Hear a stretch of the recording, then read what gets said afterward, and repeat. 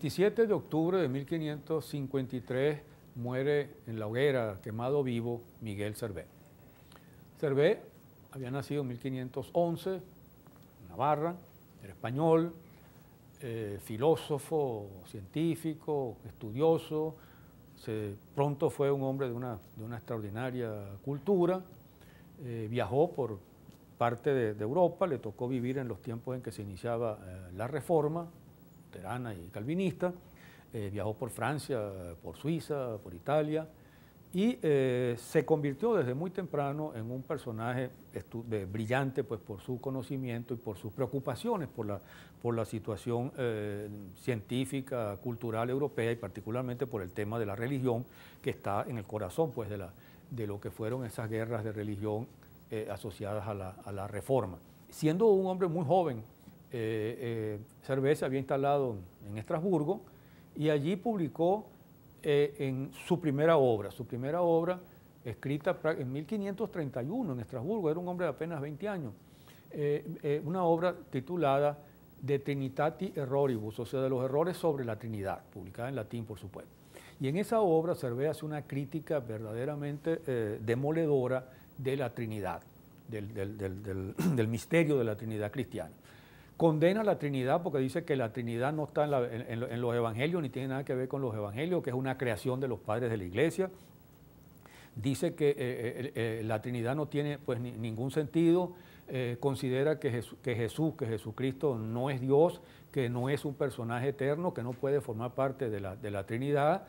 Dice que el Espíritu Santo, que no es otra cosa que el Espíritu de Dios, tampoco puede formar parte de la Trinidad, y que la Trinidad no es otra cosa que un monstruo con 3 cabezas. Este lenguaje, por supuesto, y este demoledor sobre la Trinidad le creó inmediatamente el comienzo de sus problemas, porque los católicos españoles particularmente lo condenaron por hereje.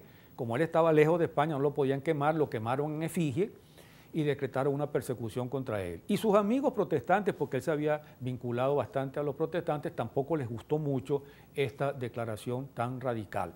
Eso llevó a que Miguel Servet se viera obligado a salir de Estrasburgo y se trasladó a Basilea.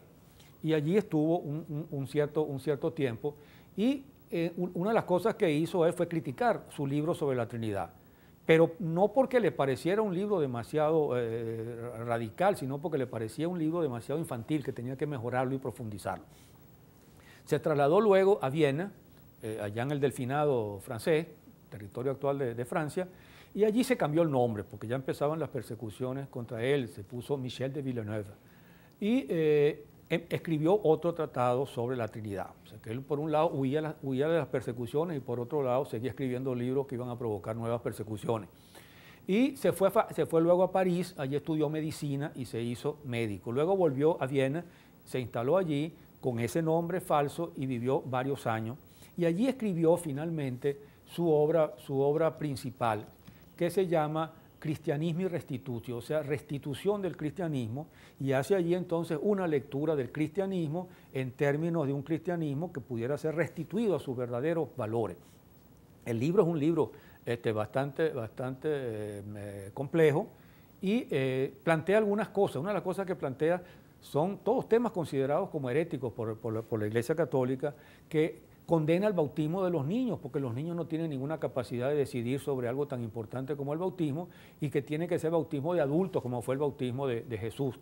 Dice, aquí en cambio dice que Jesucristo tendría que estar presente en todas partes, y sí lo considera como Dios, pero dice que Jesucristo es Dios no porque haya sido Dios, porque era un hombre, sino que fue Dios por la gracia que le concedió Dios Padre. Algo que se parece un poco a la hipótesis por la cual condenaron a Arrio a comienzos del cristianismo en el Concilio de Nicea, en el siglo IV.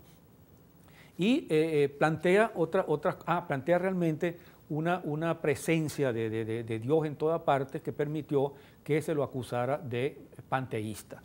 Y otra de las cosas que hace, que es importante en ese libro, es que él, que además de ser, pues, un teólogo, era médico, es el descubridor de la circulación de la sangre, de la circulación pulmonar, no de la circulación grande, sino de la circulación pequeña. Y eso está incluido en ese libro, solo que se pierde en ese fárrago de consideraciones de corte teológico o religioso. Pero es uno de los méritos de Miguel Servet como científico. Miguel Servet empieza a comunicarse con Calvino, que ejerce el poder en Ginebra, y le manda el libro, y Calvino a cambio le manda el libro que ha escrito Calvino, que es La institución de la religión cristiana, y Servet hace una crítica muy fuerte de ese libro. Hay unas cartas entre las cuales van de Servet a Calvino y de Calvino a Servet, y Servet termina haciendo una crítica muy fuerte de ese libro, cosa que molesta, por supuesto, a Calvino, y termina la relación epistolar entre ellos. Servet entonces hace publicar una segunda edición de su libro, Restitución del Cristianismo, Cristianismo y Restitución, en 1553.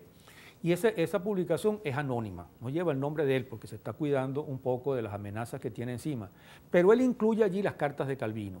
Y al incluir las cartas de Calvino, Calvino se molesta y Calvino entonces parece que hace saber de alguna manera a los católicos franceses que ese autor anónimo que está todavía allí en Viena es Miguel Servet. Entonces la Inquisición de Viena lo condena y él se escapa, decide irse a Italia, pero comete un error trágico que decide primero, que es pasar primero por Basilea, pasar primero por Suiza, y allí es descubierto. Y es descubierto y es sometido entonces a un juicio. Se lo somete a un juicio. Calvino no le perdona, por supuesto, las críticas serias que ha hecho a su obra principal, la institución de la religión cristiana, y se lo acusa entonces de ser panteísta, de negar la Trinidad, de condenar el bautismo de los niños y de otra serie de herejías, y finalmente se decide condenarlo a muerte, y condenarlo a muerte significa condenarlo a la hoguera, es decir, quemarlo vivo. Y allí Servet es quemado vivo un día como hoy de ese año de 1553.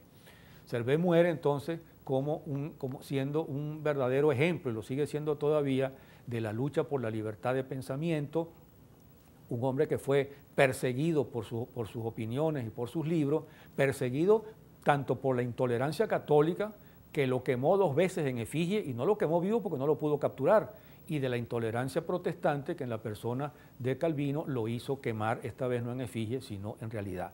Por eso Servet sigue siendo recordado como el que descubrió la circulación pulmonar, pero sobre todo como un pensador que por defender su derecho a pensar, a opinar y a escribir lo que pensaba, fue perseguido y fue condenado por la intolerancia religiosa.